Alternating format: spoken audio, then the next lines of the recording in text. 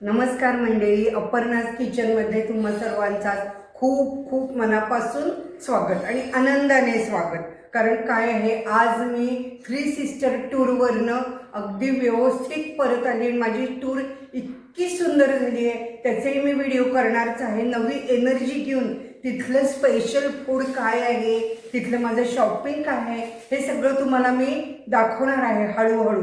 एक आपण छोट्याशा व्हिडिओमध्ये तिथली ही स्पेशल आसामी मिरची आहे त्याची माहिती घेऊया. हे बघा, ही आसामची स्पेशल मिरची आहे. मी हँडग्लोव्ज घातला आहे कारण या मिरचीचं महत्त्व सांगते मी तुम्हाला की ही मिरची जगातल्या तिखट मिरच्यांपैकी मिरची असते.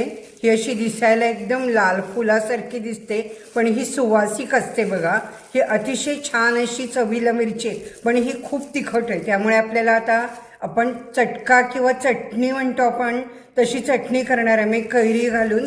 ही दोनच मिरच्या वापरणार आहे आणि मी बाकीच्या आता सुकवून ठेवणार आहे. बघा, तर ही चटणी आपण कशी करायची आहे ते पाहूया. आता आपण ही चटणी करणार आहे, तर त्यासाठी बघा मी अशी कैरी घेतलेली आहे. कैरीचा सीझन नसेल तर तुम्ही 2 लिंब घ्या. साल काढून मी एक कैरी घेतलेली आहे आणि मी 2च मिरच्या वापरणार आहे. लसूण पण ठेवलेला आहे. इथे कैरी खिसून घेते, मिक्सरमध्ये करा किंवा तुम्ही खलबत्त्यात करा. बघा, आता कैरी खिसून झालेली आहे आणि यासाठी मी 2च ह्या छोट्या मिरच्या घेणार आहेत. तुम्हाला मी मिरचीबद्दल थोडीशी माहिती सांगते. जगातली सगळ्यात तिखट मिरची म्हणून ही मिरची प्रसिद्ध आहे. याला भूत जोकेलिया किंवा पोस्ट पेपर असंही म्हणतात. आणि इकडे राजा मिरची. ईशान्य भारतामध्ये बघा थंडी खूप असते ना, तर त्यामुळे उष्णता शरीरामध्ये येण्यासाठी ही मिरची वापरली जाते ईशान्य साईडला. आणि आता हे अगदी प्रचंड तिखट मिरची आहे, मी 2च घेते. तुम्ही आपली मिरची घेऊन जरी हे केली चटणी तरी छान होईल. याच्या बिया काढून टाकायच्या शक्यतो, की बीमुळे तिखटपणा जास्त येईल. मी बघा इथे म्हणून हँडग्लोव्ज घातलेला आहे, दिसतंय तुम्हाला की आणि डोळ्याला वगैरे हात लावू नका हां. आणि मंडळी, एक गंमत सांगते तुम्हाला, मिरची ही फ्लाईटमध्ये आणायची नसते. म्हणजे केबिन बॅगमध्ये मिरची चालत नाही. तुम्ही जी आत जाते आपली बॅग, त्यामध्ये तुम्ही मिरची ठेवू शकता. अगदी थोड्याशा आणा, पण अशी स्पेशालिटी म्हणून मी तुम्हाला दाखवण्यासाठी खास आणली आहे. आता आपण ही कैरी बरोबर ठेचणार आहे. भूत जोलोकिया असं नाव या मिरचीचं आहे. 4च इथे मी लसूणच्या पाकळ्या घातल्यात. नाईफसुद्धा ही खूप तिखट झाली, काल आम्ही चिरली, तर त्यामुळे तीसुद्धा नंतर धुवून ठेवायची. डोळ्याला हात लावायचा नाही. जर तुम्ही ही आसामची स्पेशल मिरची आणली तर मात्र तुम्हाला मी सांगितलं, फ्लाईटमध्ये कुठलीच मिरची अलाउड नाही आहे आपल्याला.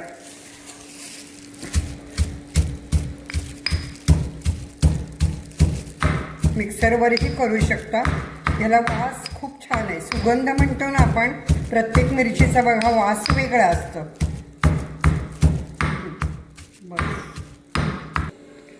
मीठ एक अर्धा चमचा घातलं मी, म्हणजे तिखटपणा जरा याचा कमी होईल. गूळ किंवा साखर, आपण गूळ घालायचा आहे. गूळ घेतलेला आहे आपण 1 खडा. बघा, आपली कोल्हापुरी मिरची काय कमी तिखट असते का? तीसुद्धा जगातली तिखट मिरचीच असणार आहे. ती आपल्याला खायची सवय आहे आणि हे लोक खातात. म्हणजे तिथे नॉर्थ ईस्टमध्ये उष्णता वाढण्यासाठी थंड प्रदेशात ही खाल्ली जाते असं म्हणतात. तिथे घरोघरी वापरतात. म्हणजे आपल्यालाही काही अवघड नाही आहे. याच्यावरती आता आपण मस्त तडका देऊया, म्हणजे मग काय होईल, याचा तिखटपणा कमी होईल. असे म्हणजे छान छान व्हिडिओ आता मी छोटे छोटे करणार आहे. तिकडची संस्कृती, तिकडचं फूड कसं कसं आहे त्यासाठी. इथे आपण तडका करतो आहे, फोडणी.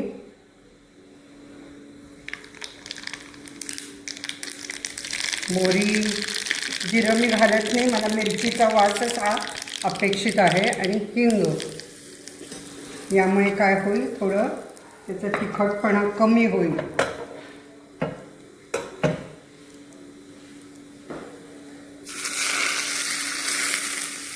अशा छान छान व्हिडिओसाठी आणि इतर संस्कृती आता आसाम थ्री सिस्टरची बघण्यासाठी पुढील व्हिडिओ ही अवश्य पहा आणि तुम्हाला काय काय बघायचं आहे तेही सांगा. मस्त मी असे एन्जॉय करत व्हिडिओ करणार आहे. ही ईशान्य भारताची स्पेशल संस्कृती तिकडची चटणी आपण केलेली आहे. तर कसा वाटला व्हिडिओ नक्की सांगा आणि पुढचा माझा शॉपिंगचा व्हिडिओही जरूर पहा.